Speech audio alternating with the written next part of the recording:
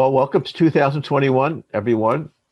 It was kind of interesting year last year. A lot of challenges, but from perspective of the Agile HR consortium that Steve and I developed, as well as our class, it was a pretty good year for us.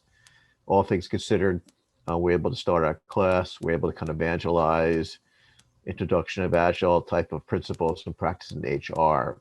Um, we started this journey about 3 years ago, realizing that we're all frustrated about the results we're getting in HR. We're working hard, but not really achieving the things we want. And this year, that was exacerbated by the COVID-19 and racial and political challenges that we had, making it tough for the HR leader. So we've been on a journey for a while just to see if Agile principles can help. Can they improve performance? And we're happy to report that Agile HR continues to evolve, and we're seeing a dramatic differences in making in many HR functions. Yeah, that's true, Wayne. The year really started with the introduction of our Agile Leader graduate course at the University of Pennsylvania, and we realized that Agile principles need an element of leadership in order to make them work. So we took your discovery of EBITDA, EBITTDA principles, and combined them with some contemporary research on leadership practices that we found in a great book called Strategic Doing. Then we decided we needed to develop an ecosystem comprised of students, faculty, consultants, and corporate leaders to help build the course, to really make it relevant to the purpose that we intended. We're very grateful for the tremendous support of the more than 75 corporate leaders like yourselves who helped us design the course and participated as speakers, coaches, and reviewers. We've taken all the learning from the course on the road to deliver what we call curtain raiser presentations or pilot programs, workshops, and discussions with HR leaders. And we've wound up in places like Australia, Japan, India, Europe, South America, and throughout the United States. So we've learned a lot along the way. And as we're about to begin the next iteration of our course, we wanted to share a couple of findings from the year that we're incorporating into the course. First, I think we learned the hard way how difficult it is to change organizations. I mean, most of you are listening to this have I've been through that many times, sometimes successful, more often than not. And so, we realize that implementing something like Agile HR is no different. It's going to be a challenge.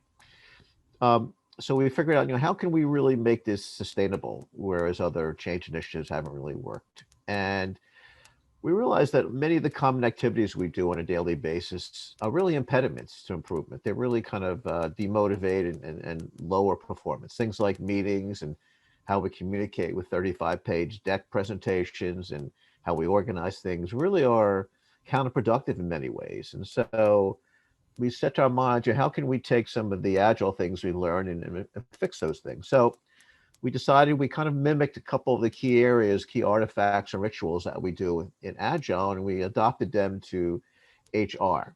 And so things like how we meet, those typical meetings you have like on a Monday morning where you have your staff and, you go through a litany of assignments and you review the things from last week that were never done. And then people go out and try to do the work and they come back next week and nothing's done. Well, we simply decided let's focus on converting those meetings into what we call agile scrum sessions, 15-minute sessions where you ask a couple questions. What did you do yesterday? What are you going to do tomorrow? What's getting in your way? By asking those questions, we identify problems the next day. And then we identify potential solutions the following day. And so it's a much more efficient, effective way of solving problems. And it causes people to be more motivated, more productive. They're not frustrated because things aren't moving forward. They see things happening.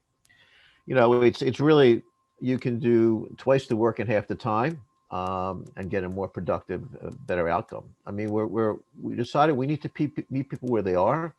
We need to take what they're doing already and just modify it, mimic some agile practices that we can do that versus employing massive change transformation programs that rarely work. Yeah, but for me, Wayne, one of the things that has been a real point of discovery for me this year, and I think it's important that the people that we work with understand that there's a structure to what we're doing. It's not sort of making it up as you go along.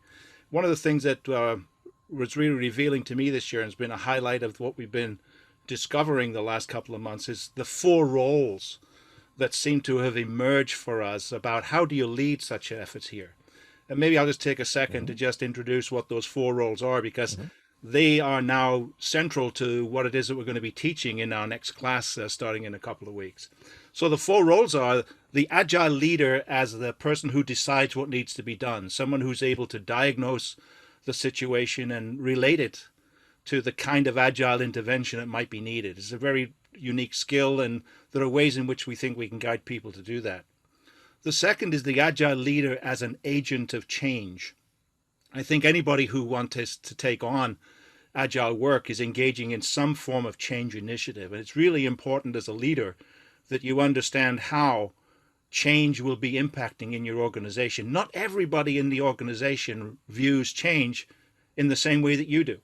As the advocate for change, you're renewed and you're excited about it, but you're leaving people in your wake.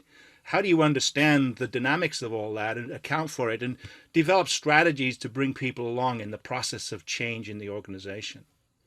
The third role is the implementer of action. This is probably the most involved in, maybe the most complex of the roles, but it's a whole series of things that must go on.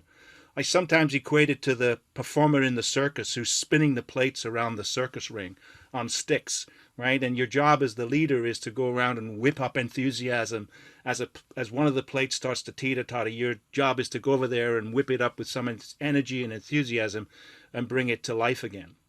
So there's a lot of work to be done as the implementer of change, not simply sitting back and watching. It's really about being engaged in the action.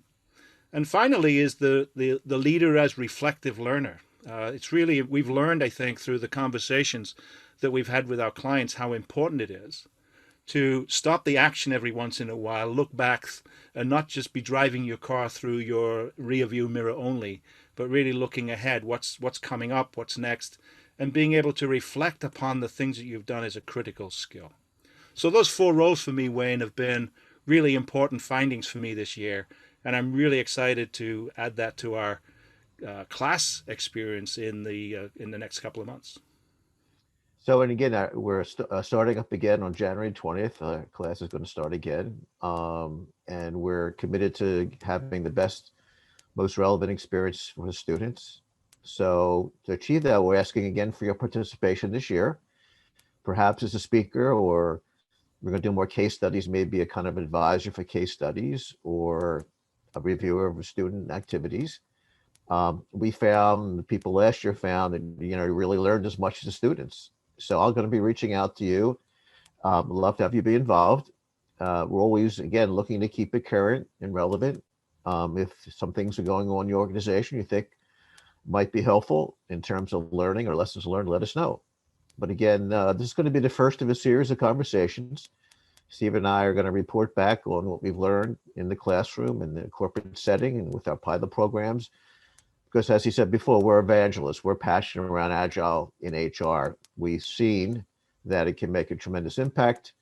We want to kind of remove some of the stigma that it's an IT focus, because we've developed differently. We've taken some IT principles, but modified them for HR and business leaders. So stay tuned and let's hope for a fantastic 2021. Thank you. Thank you very much.